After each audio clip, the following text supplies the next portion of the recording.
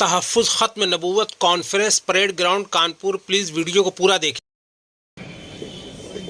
الحمدللہ نحمده ونستعینه ونستغفره ونؤمن به ونتوکل علیہ ونعوذ باللہ من شرور انفسنا ومن سیئات اعمالنا.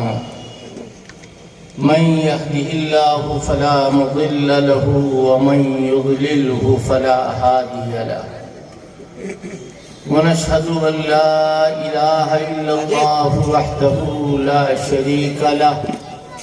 ونشهد أن سيدنا ومولانا محمدا عبده ورسوله صلى الله تعالى عليه وعلى آله وأصحابه وأزواجه وذرياته وسلم. رب اشرح لي صدري ويسر لي أمري واحلل عقدة من لساني يفقهوا قولي. أما بعد فأعوذ بالله من الشيطان الرجيم. بسم الله الرحمن الرحيم.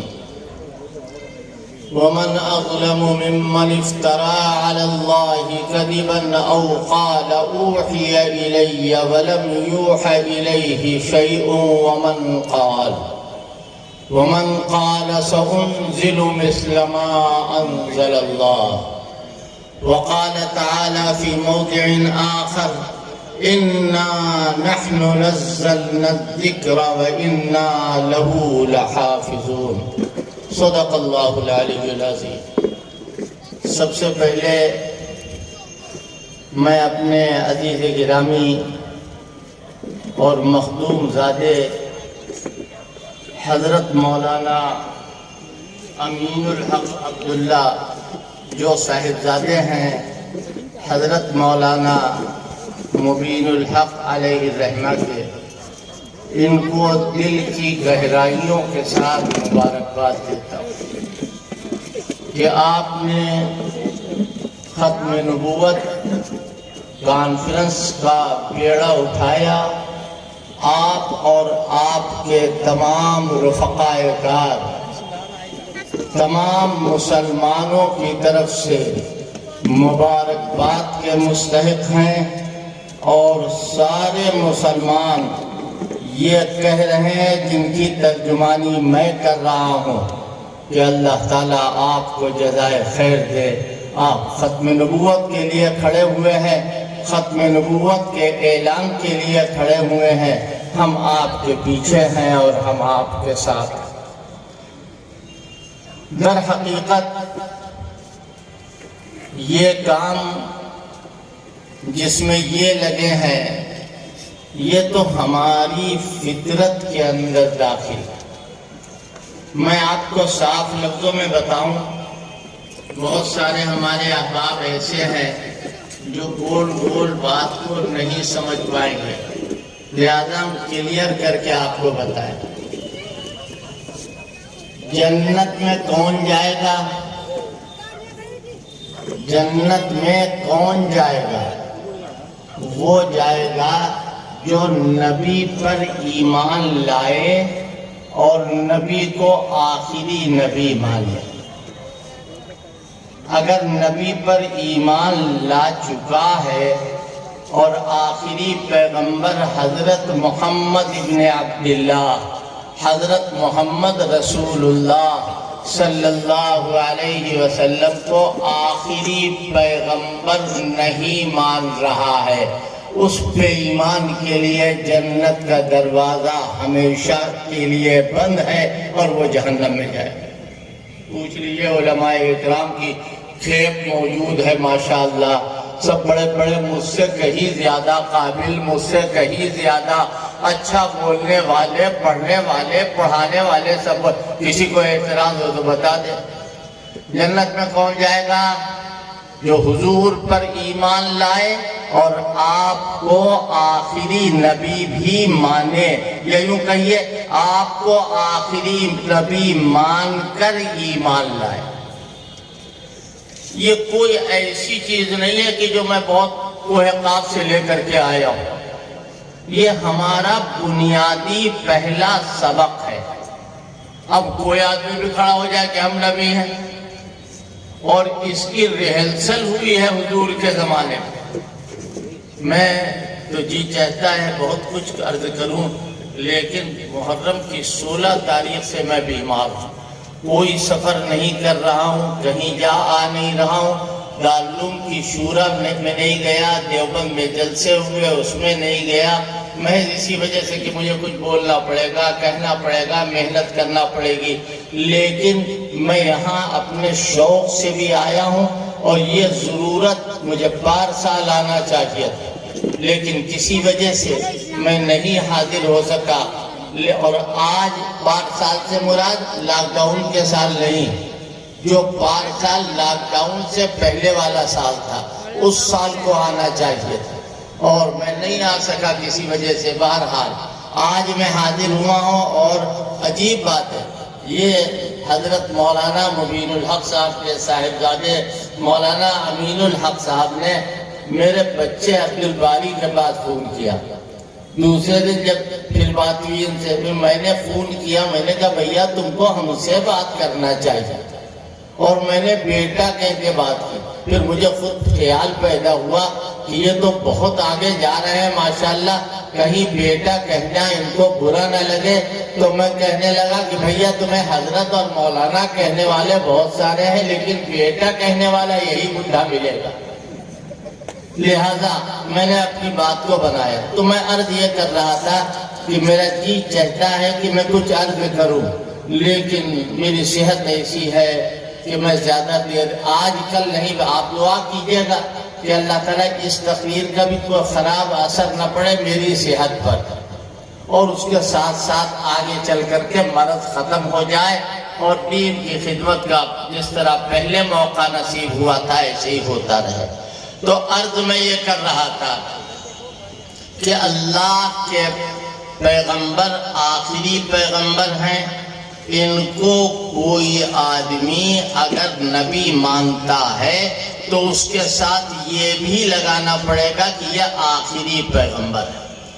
آخری کا مطلب اب ان کے بعد کوئی نبی اللہ پیدا نہیں کرے گا۔ یہ پیدا کرنا جو ہے اور نہ کرنا، اس پر غور کیجئے گا، یہ انوائٹڈ کاماز میں ہے کہ اب کوئی نبی پیدا نہیں ہوگا۔ حضرت عیسیٰ آئیں گے، حضرت عیسیٰ آئیں گے، لیکن وہ پیدا کہاں ہوئے؟ وہ تو پہلے ہی پیدا ہو چکے۔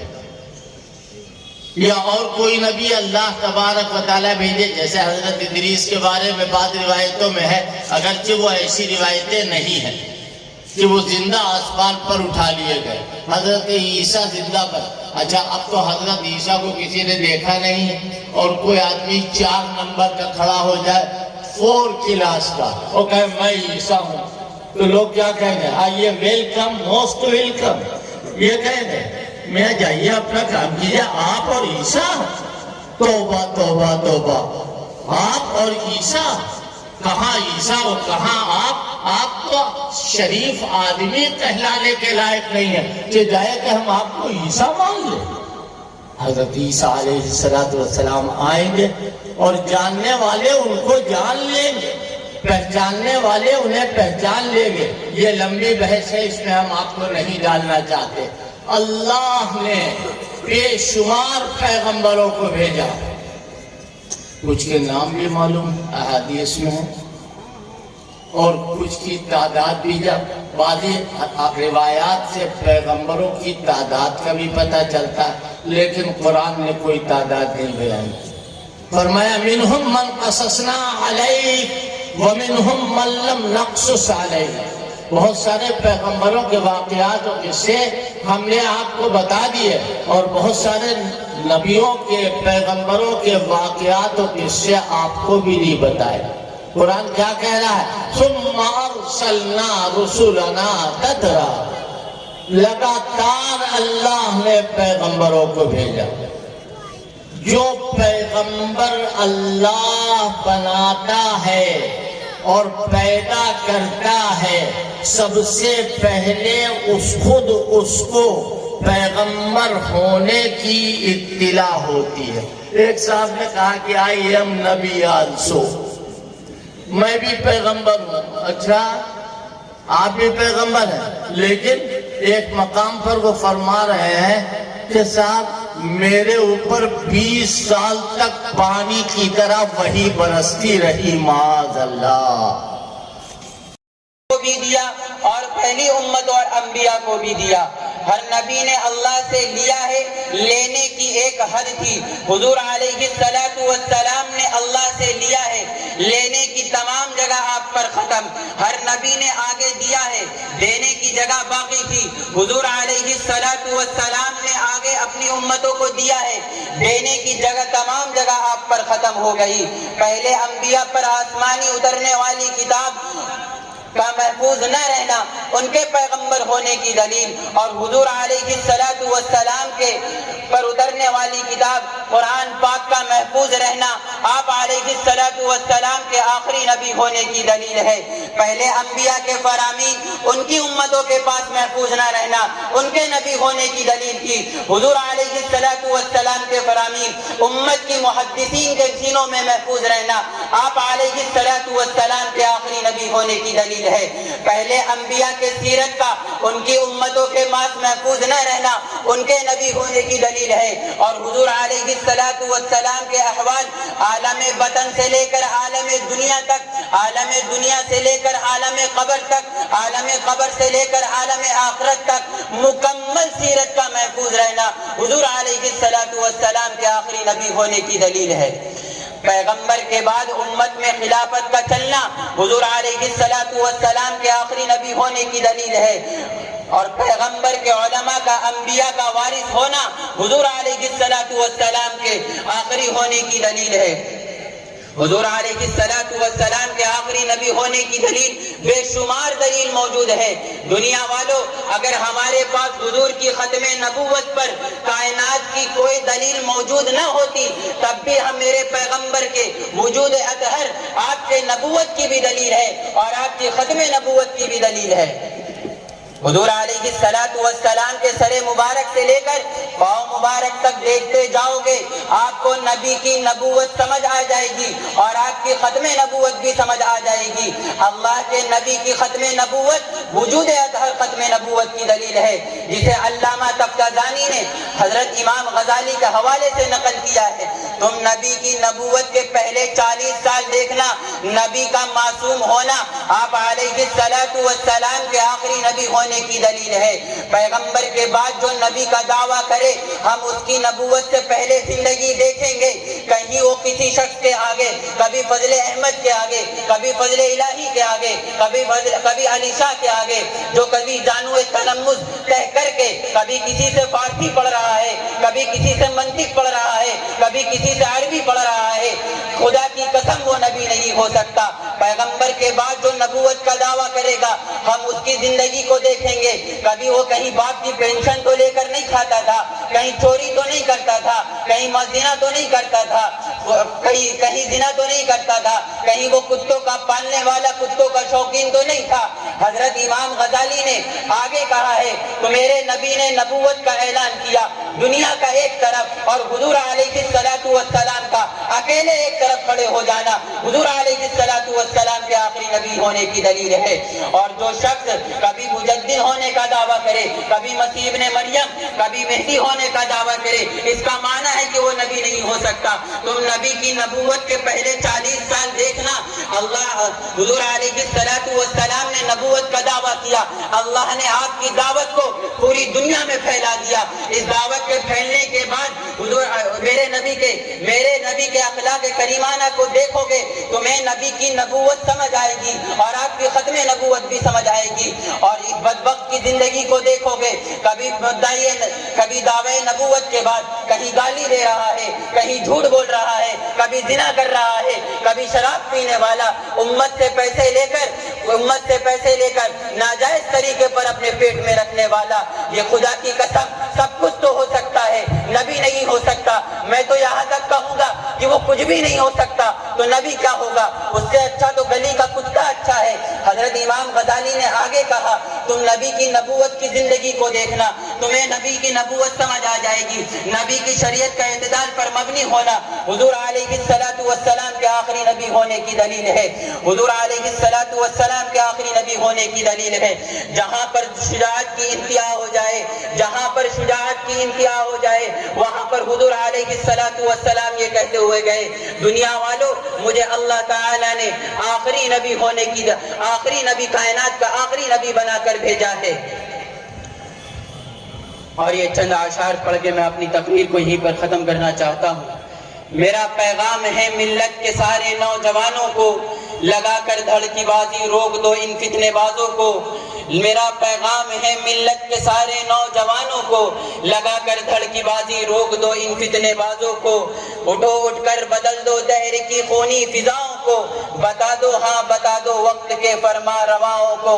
ہمیں اپنے نبی سے ہے محبت بھی, عقیدت بھی, کلام اللہ بھی پیش نظر ہے اور سنت بھی. لہو گرما گیا ہے سینوں میں, جاگی ہے حمیت بھی. کریں گے دین, کریں گے ختم نبوت کی حفاظت بھی, اشاعت بھی. خدا شاہد ہے کسی سے بھی نہیں ہے دشمنی ہم کو, خدا شاہد ہے کسی سے بھی نہیں ہے دشمنی ہم کو. مگر ختم نبوت سے تو پیاری نہیں ہے زندگی ہم کو. اگر ختم نبوت پر آ چاہی تو ہم شمشیر برہ ہیں, برہنہ تیغ ہیں, تلوار ہیں, یعنی مسلمان ہیں. ہم اپنے خون کی چھینٹوں سے یہ اعلان کرتے ہیں کہ ختم نبوت پر جان تک قربان کرتے ہیں. کہو ڈنکے کی چوٹ افسر ہمارا دین سچا ہے, اسی پہ ہم کو مرنا ہے, اسی پہ ہم کو جینا ہے. وآخر دعوانا الحمدللہ رب العالمین. جزاک اللہ. میں لکھنؤ سے تشریف لائے ایک طالب علم جناب مولوی شمیم سے گزارش کرتا ہوں کہ وہ آئیں اور 2 شعر پڑھ دیں بس. السلام علیکم ورحمۃ اللہ وبرکاتہ. نعت پاک کا مطلب بطور خاص سماعت فرمائیں. سارے عالم کا وہ سردار بڑا پیارا ہے, ہاں بڑا پیارا ہے, ہاں بڑا پیارا ہے. سارے عالم کا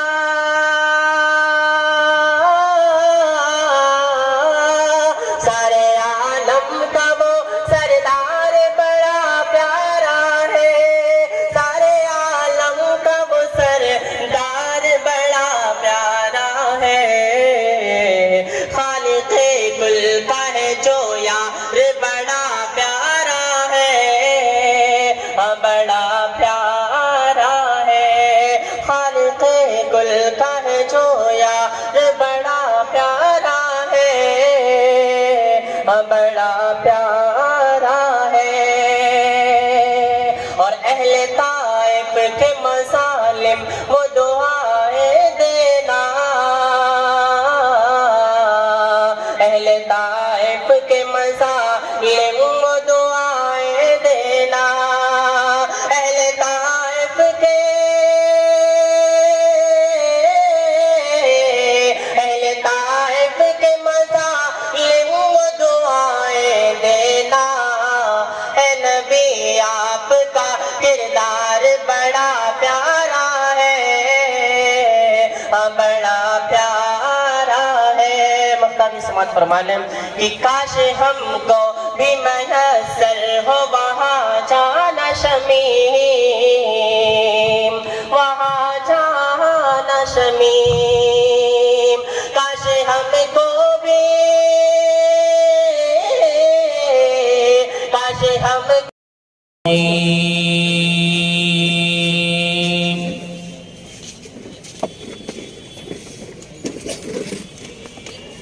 بسم اللہ الرحمن الرحیم.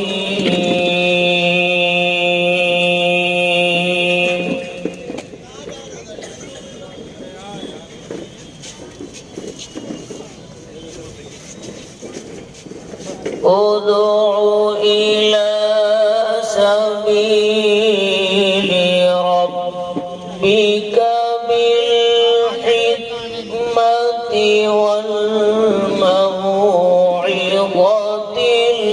الحسنة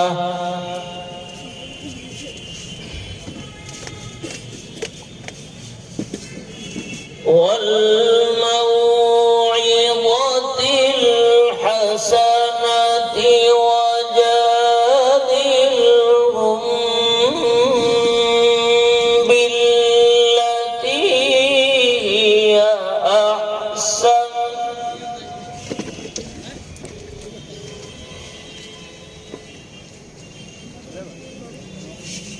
إن ربك هو أعلم بمن ضل عن سبيله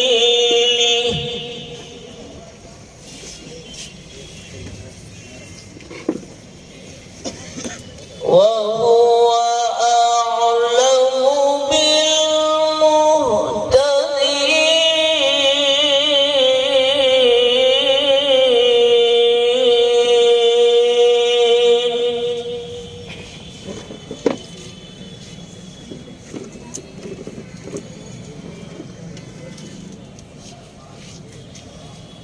وإن عاقبتم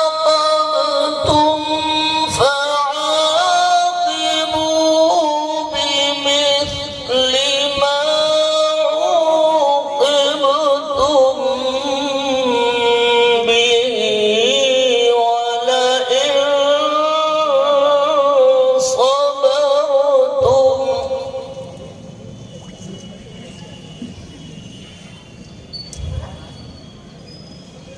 ولئن صبرتم لهو خير للصابرين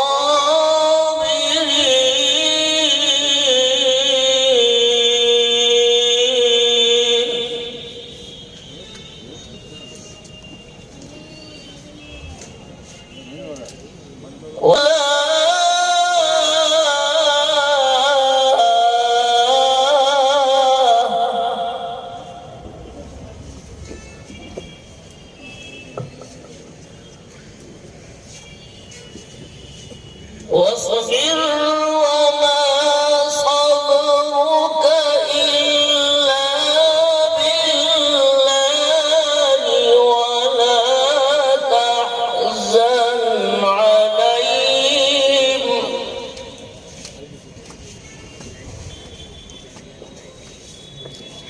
ولا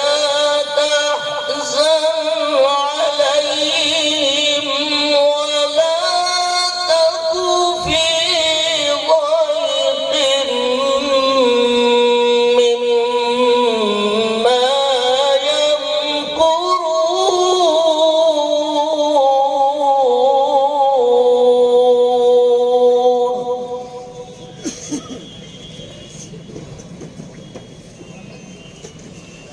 إن الله مع الذين اتقوا والذين هم محسنون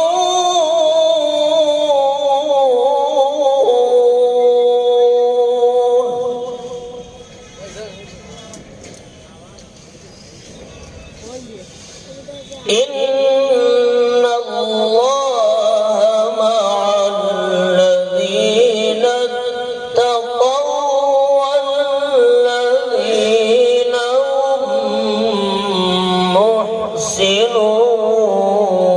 محسنون صدق الله العظيم. المرسلين سيدنا ونبينا ومولانا محمد وعلى آله وأصحابه أجمعين. أما بعد فقد قال النبي صلى الله عليه وسلم ذاق طعم الإيمان من رضي بالله ربا وبالإسلام دينا وبمحمد صلى الله عليه وسلم رسولا ونبيا او کما قال علیہ الصلوۃ والسلام. میں اپنی گفتگو شروع کرنے سے پہلے میں آپ حضرات سے گزارش کرنا چاہتا ہوں کہ فوٹوگرافی کا سلسلہ بالکل بند رکھیں. ادھر مائک چمک رہا ہے اور میں اپنی کوئی خواہش ظاہر نہیں کر رہا ہوں، ایک شرعی حکم آپ کو بتلا رہا ہوں. معلوم نہیں کیوں تصویر کشی کی قباحت اور اس کی شناعت لوگوں کے دل و دماغ سے اس طرح نکل گئی ہے کہ اب اس کو کوئی غلط کام سمجھا ہی نہیں جاتا، اس کو حرام اور ناجائز تصور ہی نہیں کیا جاتا۔ کیا عوام اور کیا پڑھے لکھے لوگ، کیا بے دین اور کیا دیندار لوگ، کیا دنیاوی مجلسیں اور کیا دینی مجلسیں، ہر جگہ تصویر کشی کا طوفان جاری رہتا ہے، جبکہ شریعت کے اندر اس عمل کو حرام قرار دیا گیا ہے، سوائے کسی مجبوری کے، کوئی قانونی مجبوری ہو، کوئی ریکارڈ بنانا ہے آپ کو، یا اپنی شخصی کوئی ضرورت ہو، پاسپورٹ بنوانا ہے، ڈرائیونگ لائسنس بنوانا ہے، پین کارڈ یا آدھار کارڈ بنوانا ہے، یا اور کوئی اسی طرح راشن کارڈ وغیرہ بنوانا ہے جہاں فوٹو لگانا ضروری ہے، وہ ایک مجبوری ہے اور ضابطہ ہے کہ جو چیز کسی مجبوری کی بنا پر جائز ہو، جس کی اجازت دی جائے تو اتنی ہی اجازت ہوتی ہے جتنے میں وہ مجبوری، وہ ضرورت پوری ہو جائے، اس کے بعد اس کی اجازت ختم ہو جاتی ہے۔ اچھے گھر اچھے، تمام اچھے ہیں۔ حضرت صدر جلسہ، محترم اور معظم علماء کرام، محترم بزرگوں اور دوستوں، اہل حق کبھی اپنا نام لینے سے منع نہیں کرتے، اہل حق کبھی اپنا نام لینے سے منع نہیں کرتے ہیں۔ ہمارے نبی پاک صلی اللہ علیہ وسلم کا نام اللہ نے اتنا لیا، ہر مجمع میں لیا جاتا ہے، اور مسلمان اپنے نبی کا نام لینے میں فخر محسوس کرتے ہیں، عزت محسوس کرتے ہیں، برکت محسوس کرتے ہیں اور فخر کرتے ہیں۔ زبان پہ بار خدایا یا کس کا نام آیا کہ بڑھ کے نطق نے بوسے میری زبان کے لیے، لیکن دوستو جن کے کام نہیں اچھے ہوتے ہیں ان کے نام بھی اچھے نہیں ہوتے ہیں، اور وہ اپنے نام کو لینا پسند نہیں کرتے اور نہیں چاہتے ہیں کہ مجمع میں ہمارا نام لیا جائے، تو یہ دل میں کچھ کمی ہے، چور ہے، خرابی ہے کہ اپنا نام لینے سے شرماتے ہیں۔ خیر شرماتے رہیں، ہم بھی نام نہیں لیں گے۔ بہرحال اتنا میں کہوں گا کہ یہ منکرین حدیث، ان کے لیے بڑی شرم کی بات ہے، یہ تھوڑے سے پانی میں ڈوب مرے تو اچھی بات ہے، اس لیے کہ ان کا تذکرہ ان قادیانیوں کے ساتھ کیا جاتا ہے۔ یہ قادیانی نام نہیں ہے، کسی شہر کا نام ہے، تو ان کا تذکرہ کا جب قادیانیوں کی تردید ہوتی تو ان کی بھی تردید ہوتی ہے۔ انہوں نے اپنے آپ کو کتنا برباد کر رکھا ہے، کتنا خراب کر رکھا ہے کہ ان کا جوڑ اور ان کا نام قادیانیوں کے ساتھ جڑتا ہے۔ اللہ تعالیٰ ان منکرین حدیث کو ہدایت نصیب فرمائے۔ اور جو ہے منکرین حدیث، ان کے انکار کرنے کی وجہ کیا ہے؟ ان کا نام ہے منکرین حدیث، یہ حدیث کا انکار کرتے ہیں۔ یہ اگرچہ اپنا نام اہل قرآن رکھتے ہیں لیکن اصل ان کا نام منکرین حدیث ہے۔ حدیث کا انکار کیوں کرتے ہیں؟ اس کی علت کیا ہے؟ صرف ایک علت ہے حدیث کا انکار کرنے کی، حدیث کو نہیں مانیں گے تو ہم اپنی ملحدانہ کوششوں میں بالکل آزاد رہیں گے۔